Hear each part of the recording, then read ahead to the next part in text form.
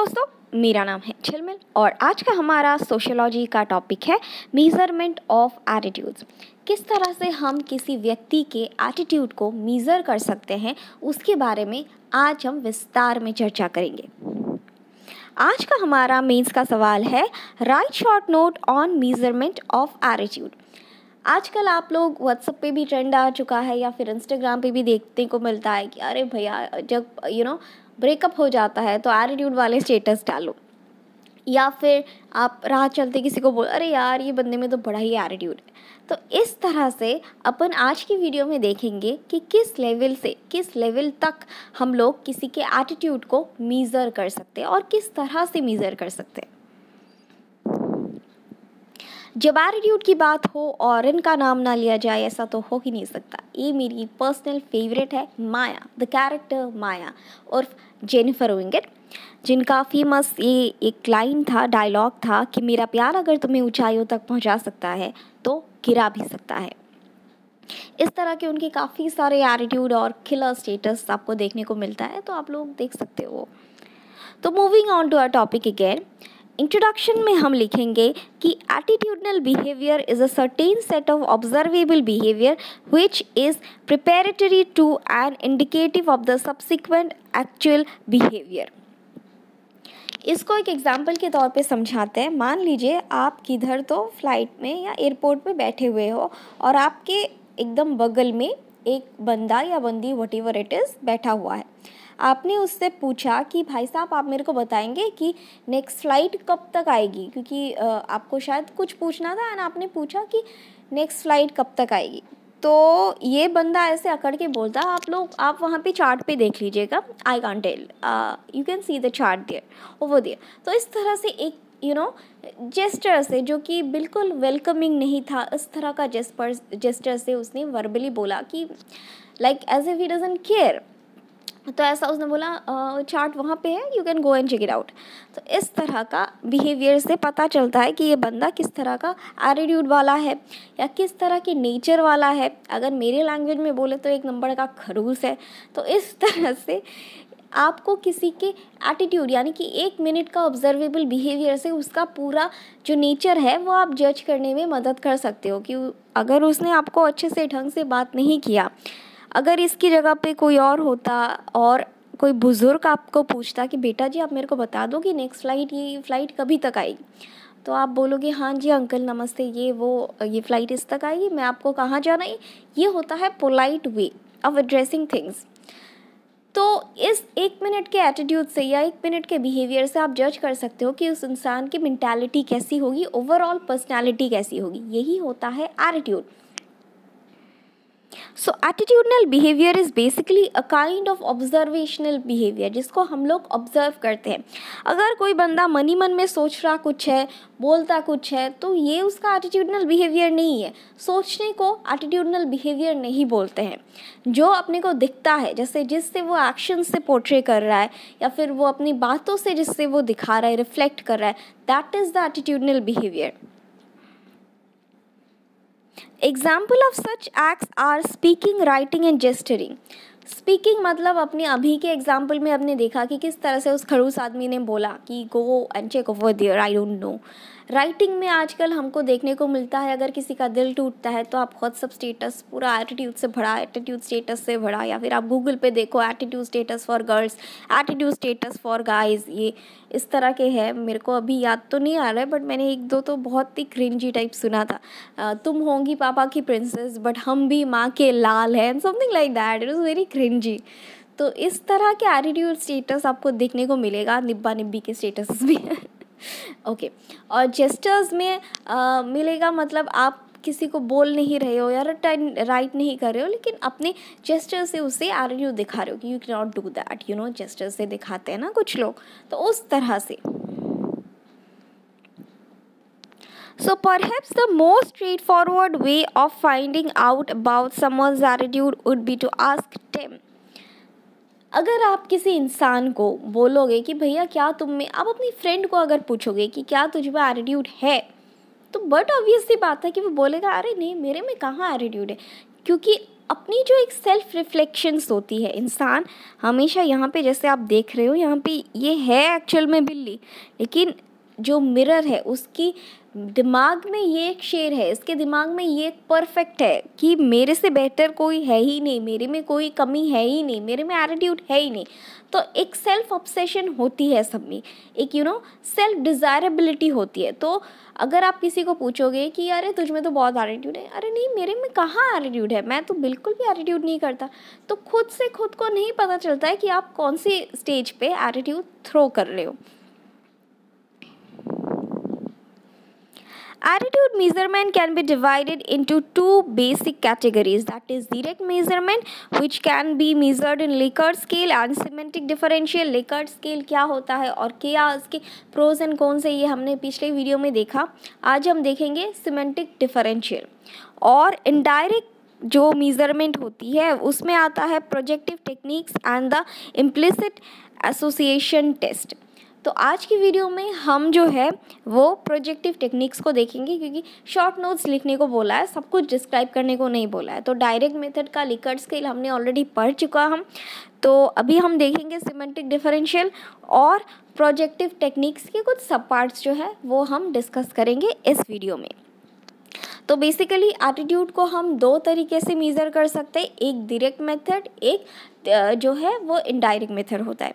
सबसे पहले देखते हैं डायरेक्ट मेथड, सीधी बात, नो बकवास, स्प्राइट वाला मेथड, ठीक है जी, जिसको बोला जाता है semantic differential. The semantic differential technique of Osgood et al. Ask persons to rate an issue of topic on a standard set of bipolar adjectives with opposite meanings, each representing a 7-point scale। यहाँ पे आप देख सकते हो democratic party, एक topic उठाया गया है और यहाँ पे बाइपोलर एडजेक्टिव्स लिया गया है, 7 पैरामीटर्स लिया गया है डेमोक्रेटिक पार्टी का। पार्टी के फीचर्स क्या हैं, एक तरफ है बैड, एक तरफ है गुड, तो लोग मार्किंग करेंगे कि गुड में कितना आता है। उसके बाद दूसरा एडजेक्टिव आता है क्रूएल और उसका अपोजिट आता है काइंड, फिर unpleasant pleasant, unfair fair, dirty clean, negative positive, foolish. उसके बाद आता है वाइज। तो बाइपोलरिटी होती है, दो एंड्स होते हैं, पोल के दो पार्ट्स, एक तरफ अच्छी बातें, एक तरफ बुरी बातें। एक टॉपिक उठाया जाता है और उसके रिलेटेड जो है 7 एडजेक्टिव्स लिए जाते हैं, उसके 7 पैरामीटर्स के ऊपर 7 एडजेक्टिव्स लिए जाते हैं इन बाइपोलर पार्ट्स। बाइपोलर पार्ट्स मतलब यहाँ पे पॉजिटिव साइड, यहाँ पे नेगेटिव साइड्स, और जो रेस्पोंडेंट्स होती हैं, जो व्यूअर्स होते हैं, उनको रेट करना होता है कि वो स्केलिंग करनी होती है। जैसा लाइकर्ट स्केल में अपन ने पढ़ा था कि 2 एंड्स होते हैं बाइपोलर पार्ट्स, वैसा ही रेट करना होता है।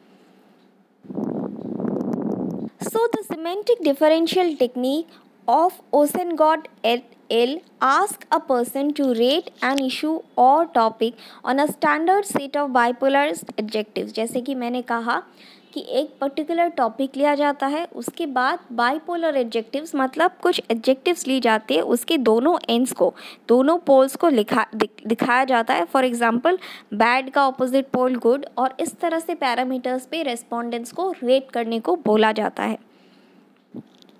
To prepare a semantic differential scale, you must first think of a number of words and opposite meanings that are applicable to describing the subject of the test। जैसे कि मैंने कहा कि adjectives ढूंढने ज़रूरी होते हैं। फॉर एग्जाम्पल बैड, बैड का ऑपोजिट क्या, गुड, क्रूएल का ऑपोजिट क्या, kind.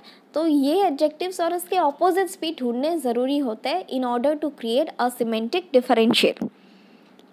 For example, participants are given a word, for example, Democratic Party, and presented with a variety of adjectives to describe it. Respondents tick to indicate how they feel about what is being measured। जैसे कि मैंने कहा कि respondents जो है वो अपना views, अपना ओपिनियंस ऐसे रेटिंग करके एक्सप्रेस करते, ये लाइकर्ट स्केल का ही छोटा भाई आप मान सकते हो।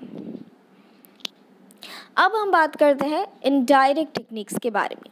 इनडायरेक्ट टेक्निक में क्या होता है, थोड़ा सा दिमाग लगाना पड़ता है और अपने को CID बनना पड़ता है, और ये जो है ना कुछ तो गड़बड़ है वाला सीन है यहाँ पे, क्योंकि यहाँ पे बहुत दिमाग लगाना पड़ता है इनडायरेक्ट टेक्निक में। यहाँ पे डायरेक्टली आपको नहीं बताएंगे, आपको सिनेरियो देखेंगे और बोलेंगे कि इंटरप्रेट करो कि तुमको क्या देखने को मिलता है, क्या समझ में आता है तुमको। सो इनडायरेक्ट टेक्निक में आता है projective measurement. To avoid the problem of social desirability, various indirect measures of attributes have been used. Either people are unaware of what is being measured or they are unable consciously to affect what is being measured. तो यहाँ पे for example एक example लेते हैं CID का ही.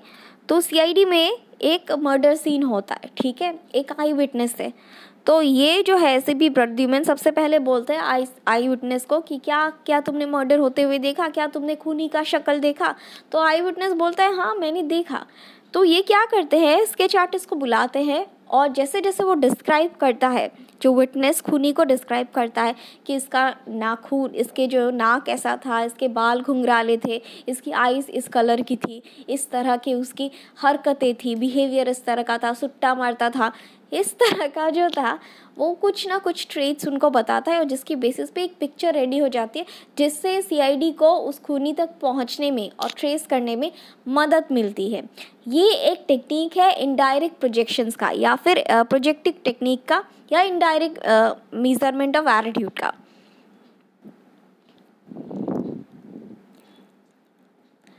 जो indirect method होता है, यहाँ पे जो ऑब्जर्व है उसको पता नहीं होता कि वो क्या देख रहा है या फिर उसका दिमाग कॉन्शियसली उस चीज़ को अवेयर नहीं होता है कि वो चीज़ का मतलब क्या है. उसको डिकोड करना पड़ता है, सीआईडी बनना पड़ता है कि ये कहना क्या चाहता है इस पिक्चर के ज़रिए.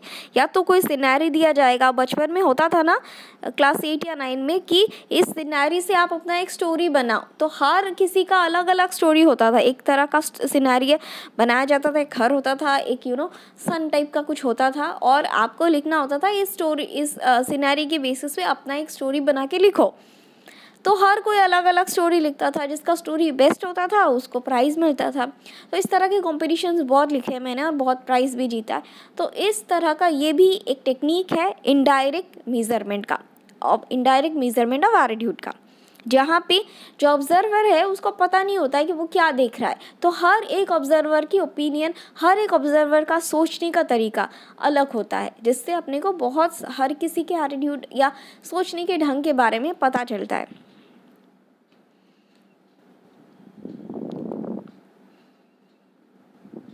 फॉर एग्ज़ाम्पल कोई अगर शेर को देखता है तो उसके दिमाग में अरे powerful, power, power, Swift, wild, can not be tamed. जो शेर है, जो लायन है, उसको हम टेम नहीं कर सकते, वो उसको वश में नहीं कर सकते. इट इज़ वेरी पावरफुल, एम्पिरर की एनर्जी. ठीक उसी तरह से अगर आप रैबिट को देखोगे तो इट इज़ वेरी स्विफ्ट, यहाँ से वहाँ फुदकना, उसको बहुत आसानी से अपना पेट एनिमल बनाया जा सकता है. तो हर किसी का हर चीज़ के बारे में सोचने का नज़रिया अलग होता है. लायन अगर मैं सोचूं तो इट इज़ ऑन द, मैं जब टैरो कार्ड्स करती हूँ तो इट इज़ मेरे लिए लायन मतलब एम्पिरर की एनर्जी, कि उसको कोई टेम नहीं कर सकता. बनना है तो शेर जैसा बनो, है ना, एम्पिरर की energy. On the other hand अगर मैं रैबिट को देखूँ तो it is in the energy of fool. Fool tarot cards में जो रिस्क टेकर होता है, जो बिंदास बेवाकपन जो है वो होता है. तो रैबिट भी वैसा ही है, कभी इधर कभी उधर, उसको आसानी से टेम किया जाता है, रिस्क लेता है इस तरह से. तो ये मेरे सोचने का नज़रिया है, मैंने इसको एम्पिरर के साथ और इसको फूल के साथ कनेक्ट किया है. तो जिसका जो प्रोफेशन है या जिसका जो इंटरेस्ट है वो उसको अपनी फेवरेट चीज़ के साथ कनेक्ट कर लेता है ना. Indirect method typically involves the use of a projective test. A projective test involves presenting a person with an ambiguous or incomplete stimulus, picture or words. तो यहाँ पे प्रोजेक्टिव टेस्ट क्या होता है, एक तरह से फॉर एग्जांपल आपको एक पिक्चर दे दी जाती है, सिनेरी, जहाँ पे एक लड़का है, एक लड़की है, एक पार्क है, वहाँ पे दोनों बैठे हुए हैं.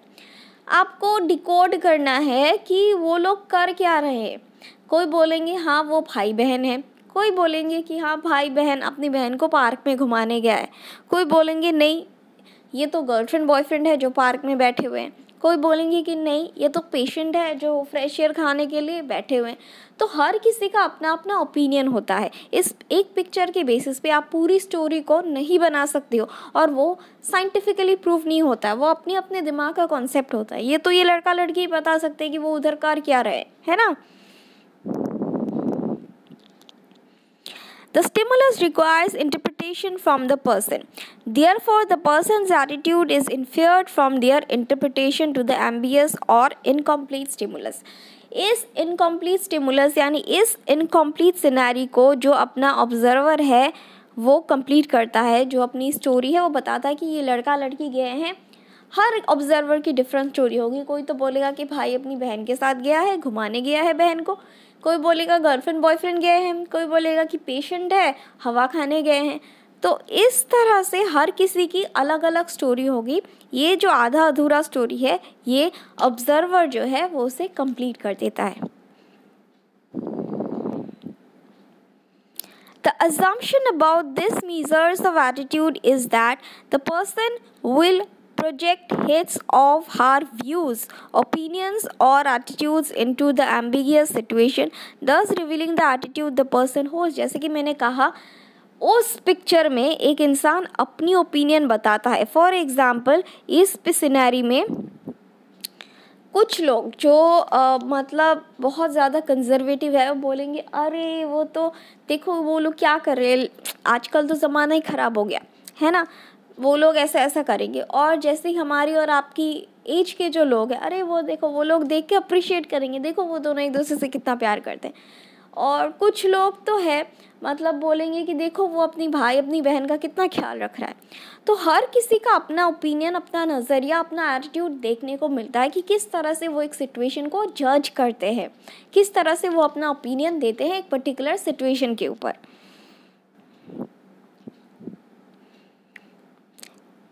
इसकी हम एग्जांपल्स देखने को मिलता है। एक है थीमेटिक एप्रेंशन, ये मेरे से नहीं प्रोनाउंस होता है, थीमेटिक एपर्सेप्शन टेस्ट और TAT and draw a person task. So TAT better है क्योंकि ये प्रोनाउंस नहीं होता है मेरे से। ओके इसके एग्जाम्पल्स में पहला आता है TAT और दूसरा आता है draw a person task. TAT मतलब क्या, आपको एक थीम बताया जाता है। यहाँ पे जैसे देख रहे हो आप, ये पूरा एक थीम है, दोनों ने लैब कोट पहना हुआ है और ये लड़की माइक्रोस्कोप में कुछ तो कर रही है। तो इसके ऊपर अगर आपको लिखना है, जैसे अर्नब गोस्वामी जैसे कोई लोग आपको बोलेगा बताइए मोहतरमा नेशन वांट्स टू नो, इस पिक्चर से आपको क्या समझ में आता है, क्या करें ये दोनों, इसका क्या रिजल्ट होगा, इस एक्सपेरिमेंट का क्या कर रहे हैं, क्यों कर रहे हैं, इस एक्सपेरिमेंट का एंड रिज़ल्ट क्या निकला, क्या ये सक्सेसफुल हुए या ये ब्लास्ट हो गया, और ये लड़का क्या सोच रहा है, ये लड़की क्या सोच रही है। इस तरह से क्वेश्चंस पूछे जाते हैं ये पिक्चर दिखा के, और आपको बताया जाता है, पूछा जाता है कि बताओ आप क्या सोचते हो इसके बारे में। This is TAT test. Okay जैसे कि यहाँ पे मैंने लिखा हुआ है कि नेशन वांट्स टू नो, जैसा ये सवालों के बौछार कर देते हैं कि बताइए इस पिक्चर को देख के आपके दिमाग में क्या क्या आ रहा है और उसका एंड रिज़ल्ट क्या आएगा, इस एक्सपेरिमेंट का एंड रिज़ल्ट क्या आएगा, कौन से इक्विपमेंट्स यूज़ किए गए हैं, ये लड़का क्या सोच रहा है, ये लड़का लड़की को क्यों देख रहा है, एंड ऑल फलाना फलाना। इस तरह के क्वेश्चंस जो है वो पूछे जाते हैं। दूसरा है ड्रॉ ए पर्सन टेस्ट। जैसे कि मैंने अभी थोड़ी देर पहले CID का एग्जाम्पल लिया, तो यहाँ पे ऑलरेडी बना बनाया पिक्चर नहीं होता है, विटनेस को बोला जाता है, फीचर्स दिए जाते हैं कि इस बंदे की ऐसी नाक है, ऐसे बाल है, ऐसे होठ है, उसको आप ड्रॉ करो। आप कैसे ड्रॉ करोगे, तो ड्रॉ ए पिक्चर टेस्ट। ये क्राइम सीन्स वगैरह में बहुत ज़्यादा काम आता है ये टेक्निक। तो ये बेसिकली उस तरह का टेक्निक होता है जहाँ पे ऑलरेडी बना बनाया पिक्चर नहीं होता है, बट आपको फीचर्स बताए जाते हैं और आपको वो अकॉर्डिंगली ड्रॉ करना होता है। अब हम देखेंगे what are the pros and cons, यानी advantages and disadvantages of indirect method. एक एडवांटेज ये है कि वो जो सेल्फ डिज़ायरेबिलिटी का क्लॉज है वो ये ख़त्म कर देता है, क्योंकि जो ऑब्जर्वर है उसको पता ही नहीं होता है कि वो क्या कर रहा है, उसको ऑलरेडी आइडिया नहीं होता है, चाहे वो पिक्चर टेस्ट हो या ड्रॉ ए टेस्ट हो, उसको उस टारगेट के बारे में कोई आइडिया नहीं होता है। तो it is just ambitious, and वो बिल्कुल उसमें सेल्फ डिज़ायरेबिलिटी या लाइकेबिलिटी या बायस की कोई चांस नहीं होती। फिर ड्रॉबैक में आता है कि ये मेथड जो है वो साइंटिफिक नहीं है। क्योंकि बहुत सारे लोगों का बहुत सारा ओपिनियन होगा, तो ये empirical method, empirical research technique नहीं है और साइंटिफिक नहीं है ये।